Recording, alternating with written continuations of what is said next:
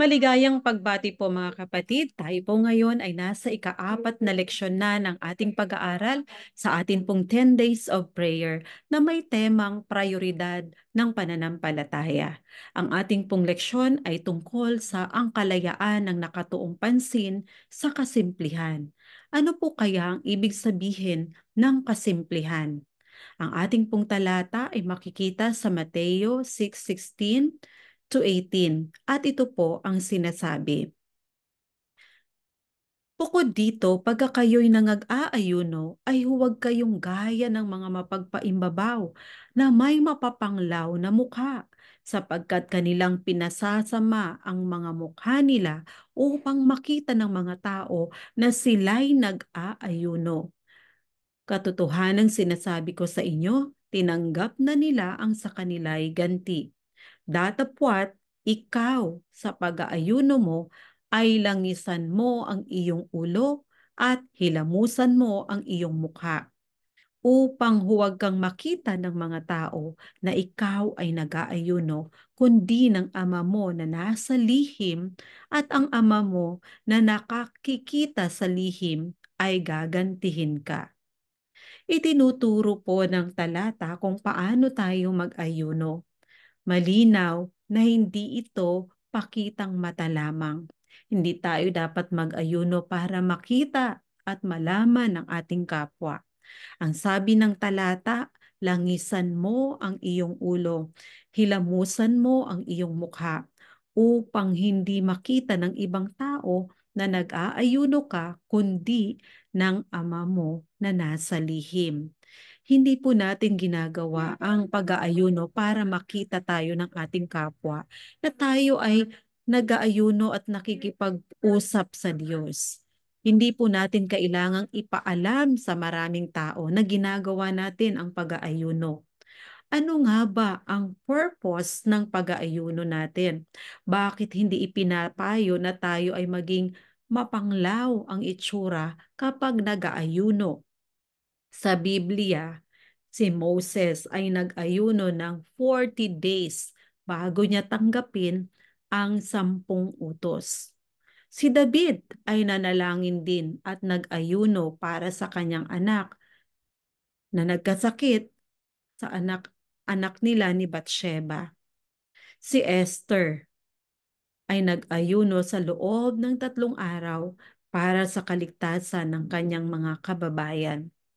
Si Daniel ay nag-ayuno rin ng 3 linggo upang maunawaan niya ang isang pangitain. Maging si Jesus ay nanalangin at nag-ayuno sa loob ng 40 days and 40 nights bago siya tinukso ng kaaway. At marami pa pong iba na gumawa rin ng mga pag-aayuno. Ano nga ba ang ating purpose? Bakit tayo nag-aayuno? Bakit natin ginagawa ang fasting and prayer? Ang pag-aayuno ay isang paraan ng paglikha ng lugar upang mabuhay ng isang pamumuhay na nakatuon ang pansin sa Diyos. Ibig sabihin, kapag tayo ay nag-aayuno, tayo po pala ay lumilikha ng isang lugar upang magkaroon tayo ng pamumuhay na nakatuon ang atin pong pansin sa Diyos. Ang pag-aayuno'y nangangahulugan ng pag-aalis ng mga hindi ka nais-nais sa ating isipan at buhay sa pamamagitan ng sinadyang pagbibigay puwang para sa pagkilos ng banal na Espiritu sa atin at sa pagtuon ng pansin sa Diyos at sa Kaniyang mga salita. Nangangahulugan po na kapag tayo ay nag-aayuno, tayo ay nagbibigay ng puwang sa pagkilos ng banal na espiritu. At ito po ay hindi aksidente. Ito po ay pinaplano, sinasadya nating maglaan ng panahon, sinasadya nating gawin sapagkat ito ay nais nating gawin na tayo po ay magtuon ng pansin sa Diyos at sa kanyang mga salita. Madalas binabanggit ng Biblia ang pag-aayuno na may kaugnayan sa panalangin. Nag-ayuno si Jesus bago siya nagpasimula ng kanyang publikong ministry. Isinasagawa din ng mga apostoles ang pananalangin at pag-aayuno upang patnubayan sila ni Jesus. At sa lumang tipan, marami pong mga lalaki at babae ang nagsasagawa ng pag-aayuno sapagkat sila ay naniniwala sa Diyos at nais nilang maglaan ng panahon para sa Diyos.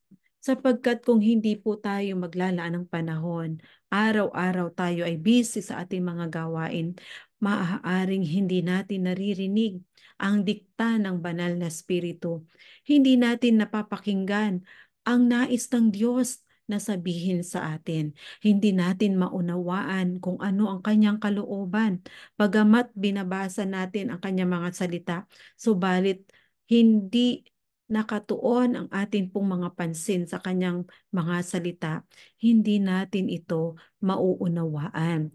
Kaya mahalaga na tayo po ay gumawa ng agwat o lugar para sa atin pong mga pag-aayuno. Sa paghahambing sa panahon natin ngayon, ano nga ba ang fasting? Ito ba yung gusto nating gawin para tayo ay pumayat? O fasting ako ngayon, hindi muna ako kakain. O hindi na oras ng aking pagkain kasi naka-fasting na ako. Ito po ba yun mga kapatid? Gusto nating pumayat, gusto natin maging malusog, so tayo po ay magagawa ng fasting, magsasagawa ng ating sariling pag-aayuno. 16 hours tayo ay fasting at 8 hours tayo po ay pwedeng kumain. Ito po yung tinatawag nating intermittent fasting para tayo ay mabilis na pumayat. Alam niyo po, hindi ito ang fasting na tinutukoy ng Biblia. Hindi po ito ang biblical fasting na tayo ay magbawas ng timbang para sa kagalingan ng ating pangangatawan. Hindi itong ginagamit natin para tayo po ay pumayat. Sa halip, isa po itong kamalayang pagpapasya. Ibig sabihin, tayo ang nagdidesisyon. Hindi po ito sa pilitan o in-announce sa church. Prayer and fasting daw tayo. So, hindi tayo kakain. Kahit na gustong-gusto kong kumain ngayon. Hindi. Kasi ito po ay desisyon natin. Desisyon nating mag-participate sa church ng prayer and fasting. Pero hindi po tayo pinipilit sapagkat ito ay sarili nating pagpapasya, naiiwas muna tayo sa pagkain, iiwas muna tayo sa mga nakakaabalang mga aktibidad para maglaan ng lugar o yugto ng panahon sa pananalangin at pakikipag-usap sa Diyos. Nangangahulugan po na tayo ay naglalaan ng panahon, ng pagkakataon para lamang makipag-usap tayo sa Diyos. Na hindi na tayo busy, hindi na tayo gumagawa ng ating mga routines, isasantabi muna po natin yon. For the meantime, ngayong araw na ito, ako ay hindi muna gagawa ng ganitong bagay, hindi muna ako kakain kasi gusto ko na buong panahong ito ay mag-focus sa salita ng Diyos, magbasa ng Biblia, manalangin, makipag-usap sa Diyos. Tayo ay mag-reflect, pakinggan natin ang dikta ng banal na Espiritu at tayo ay mag-focus lamang sa ating Panginoon. Sa pamamagitan ng pansamantalang pag-iwan sa mga pamilyar na activities natin, na mga ginagawa natin, tayo ay nagkakaroon ng bagong kalayaang espiritual. Sa panahon ng pag-aayuno at pananalangin, nagbabago ang pagtuon ng pansin ng atin pong pamumuhay. Malayo sa pagbibigay kasiyahan sa ating sariling pangangailangan. Malayo sa atin pong mga sariling gawain. Kundi ito po ay madedevelop tayo tungo sa masunuring pakikinig sa Diyos. Ito po ang purpose ng atin pong fasting and prayer and fasting. At ito ay makakatulong ng malaki sa ating pong espiritual na buhay, na binibigyan po natin ng panahon na ma-develop yung ating pong spirituality. At tayo po ay magtatatag ng malakas, ng matibay na ugnayan natin sa atin pong Panginoon. Nagpapahayag ang biblikal na pag-aayuno ng ating sariling hangaring madagdagan ang ating pagtitiwala sa Diyos at bigyan ng panahon ang espiritual na mga bagay na mahalaga. Ito yung hindi natin masyadong napapansin. Pero ito po pala yung dapat nating paglaanan ng panahon, ang mga mahahalagang bagay at walang iba kundi ang ating spirituality. Sinasaklawan nito ng higit pa sa hindi pagkain. Sa katotohanan, hinahamon nito ang bawat bahagi ng ating pamumuhay. At dito po sa pag-aayuno, kinikilalang gusto nating gumawa ng lugar para sa Diyos sa pagbabawas ng alinmang nakakaabala at nagpapasikip sa ating pagbibigay pansin at hangarin. Hindi po ba napakasayang isipin na tayo po ay sadya at nagdidesisyon at nagpaplano na maglaan ng oras at panahon para sa ating Panginoon. Ating ipinakikitang gusto nating hanapin at pahalagahan ang presensya ng Diyos sa ating buhay ng higit sa anumang bagay. Kapag tayo po ay nagkakaroon ng prayer and fasting, tinadagdagan natin ang pagtitiwala natin sa Diyos. Binibigyan natin ng panahon ang ating spiritual na bagay na higit na mahalaga kaysa ano paman. Gumagawa tayo ng lugar para sa Diyos. At dito ipinapakita natin na hinahanap natin at pinahahalagahan ang presensya ng Diyos. Kung atin pong babalikan ang mga Bible characters na kung saan sila po ay nag-ayuno, nakita natin kung paano gumawa ang Diyos sa kanilang buhay. Hindi sila pinabayaan ng Panginoon. Hindi sila napahamak dahil sa ginagawa nilang prayer and fasting. Naging matagumpay sila. Sila ay naging matapang, malakas ang pananampalatayang humarap sa iba't ibang mga pagsubok ng kanilang buhay. At sila po ay naging tapat na mga lingkod ng Panginoon. Paano nating ipamumuhay ang ganitong payak na pamumuhay kung saan nalaman natin ang pagtuon ng pansin sa mga bagay na tunay na mahalaga?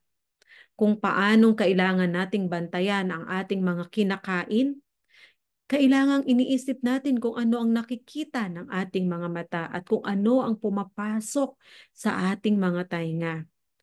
Nakakaapekto sa ating mga isipan kung anong ating naririnig, tulad din ng kung ano ang ating mga nakikita. Anong uri ng musika, aklat, podcast o websites ang dahilan ng pagkalason ng mga isipan o umaabala ng walang kabuluhan sa inyong mahalagang oras? At karagdagan sa pag-iwas sa mga tiyak na mga bagay, kailangan ninyo ang sadyang pagsasama-sama ng bagong kaugaliang makakatulong na maitatag at malikha ang malusog na nagpapagaling ng mga isipan.